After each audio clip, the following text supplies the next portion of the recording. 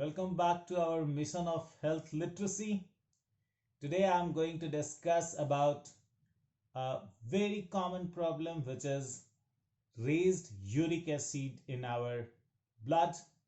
Lot of people these days are suffering from raised uric acid in blood, and it is causing joint problem and lot of different complication. And mind you, my friends, this can be prevented, this can be stopped from becoming the nuisance that it becomes in the people who are affected. So I'm Dr. Pranav. To the new viewers, general physician, public health scientist, and health educator. For our last 5-6 years, we have been continuously interacting with the patients in the different roles to educate and to make people understand the diseases better, so that at least we can save ourselves and, if possible, our friends and family from the common diseases which are becoming huge problem across India.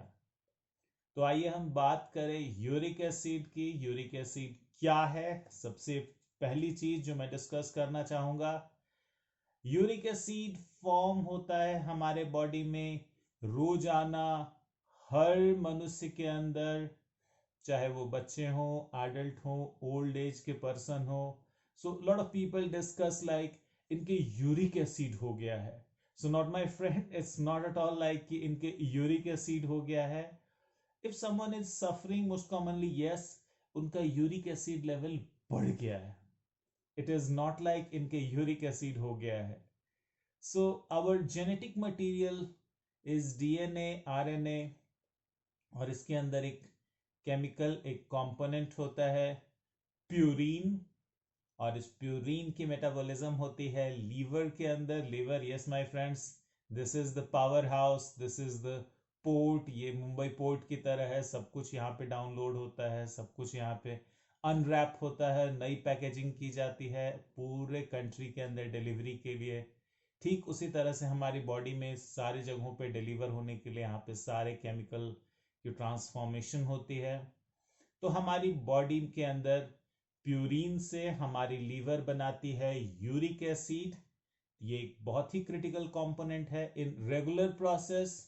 Uric acid हमारे liver में बनता है. जैसे ही ये uric acid का level हमारे liver में बनने से बढ़ने लगता है, ब्लड के अंदर इसकी मात्रा जैसे ही बढ़ती है, किडनी को इसका पता चलता है, एंड किडनी जो हमारे बॉडी के अंदर आरओ फिल्टर है, वो इससे निकाल के ब्लड को प्योरीफाई करने का काम करता है. आरओ फिल्टर हमारे घर में पीने के पानी को फिल्टर करता है. कुछ वही मैकेनिज्म है ऑस्मोसिस की, रिवर्स ऑस्मोसिस की.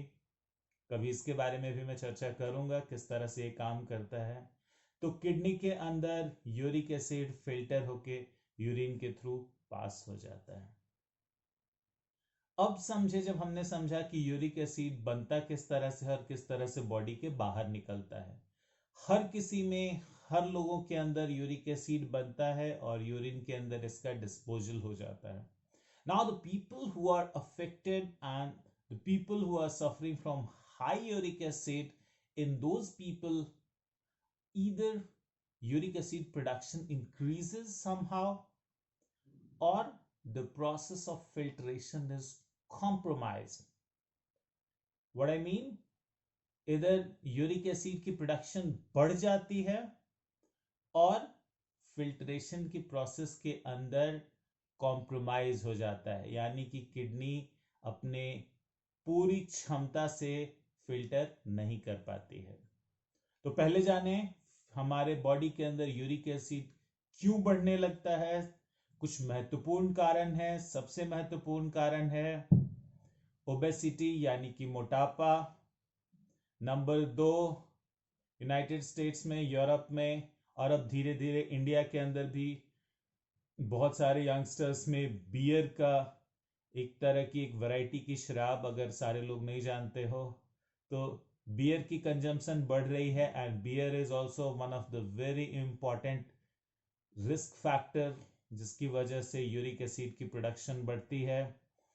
Third thing, meat, specially red meat, और इसके साथ साथ जितनी फैटी फिशेस हैं जो समंदर से आती हैं, the seafood, mackerel, tuna, anchovy, ये तमाम फिशेस हैं। इसके अंदर भी कुछ ऐसे पदार्थ होते हैं जिसके वजह से प्यूरिन की प्रोडक्शन हमारे बॉडी में ज़्यादा होती है, बिकॉज इनमें प्यूरिन होता है, और ये प्यूरिन फिर बॉडी के अंदर यूरिक एसिड की मात्रा को बढ़ाती है। तो अगर आपके मील के अंदर सी फूड बहुत ज़्यादा है, अगर आपके मील के अंदर रेड मीट और तमाम दूसरे तरह के मीट बहुत ज़्यादा हैं, अगर आप बियर का कंजम्पशन रेगुलर वे में कर रहे हैं, और अगर इसके साथ साथ you are obese also, then you are running risk of increasing uric acid. And in that condition, अगर इसके ऊपर एक और तड़का हो, आपके फैमिली में आपके मदर या फादर को यूरिक एसिड बढ़ने की समस्या रही हो, तब आपको बिल्कुल सावधान हो जाना चाहिए और अपने फैमिली फिजिशियन के साथ मिलकर इस समस्या के ऊपर डिस्कस करना चाहिए। जब ये समस्या बढ़ जाए, इसके पहले ही हमें इसका उपचार करना चाहिए। That is the role of physician. जब ये समस्या बढ़ जाए उसके पहले उपचार हो। ऐसा ना हो बीमारियों का आप इंतजार कर रहे हो। इफ यू आर ओबीस, अगर आपके लाइफ में बियर रेगुलर है, मीट लगातार ले रहे हैं, एक्टिविटी भी कम है, माइंड माय फ्रेंड्स, आप अपने फिजिशियन के पास जाके रिस्क फैक्टर की जांच करवाइए, स्ट्रेटजी बनाइए किस तरह से इसको प्रिवेंट करें। एक और चीज जो मैं बताना भूल गया और जो हमारे मॉडर्न लाइफस्टाइल का एक बहुत ही इंपॉर्टेंट कंपोनेंट बन गया है आजकल, वैसे होना नहीं चाहिए था, taking coffee and that too empty stomach. This again is a huge risk factor for increased uric acid. तो फ्रेंड्स, अगर ये प्रॉब्लम आप फेस कर रहे हैं, आपके लाइफस्टाइल के अंदर ये चीज़ें हैं जो मैंने बताई, beer, red meat, sea food, obesity, inactivity और साथ में फैमिली हिस्ट्री, अपने फिजिशियन के पास जाके आप ज़रूर इवेलुएट करवाएं। स्टे हेल्दी, स्टे सेफ, बीमारियों के बारे में जानें जिससे कि हम अपने आप को स्वस्थ रख सकें, डरने के लिए नहीं। आज के लिए इतना ही। यूरिक एसिड की समस्या का हम निदान कैसे कर सकते हैं, उसको रोकथाम के लिए हम कौन सा मील ले सकते हैं अपार्ट फ्रॉम मेडिसिन, इसके बारे में भी चर्चा करेंगे इसी श्रृंखला के अंतर्गत। Stay tuned. If you haven't subscribed yet, subscribe. Thanks a lot.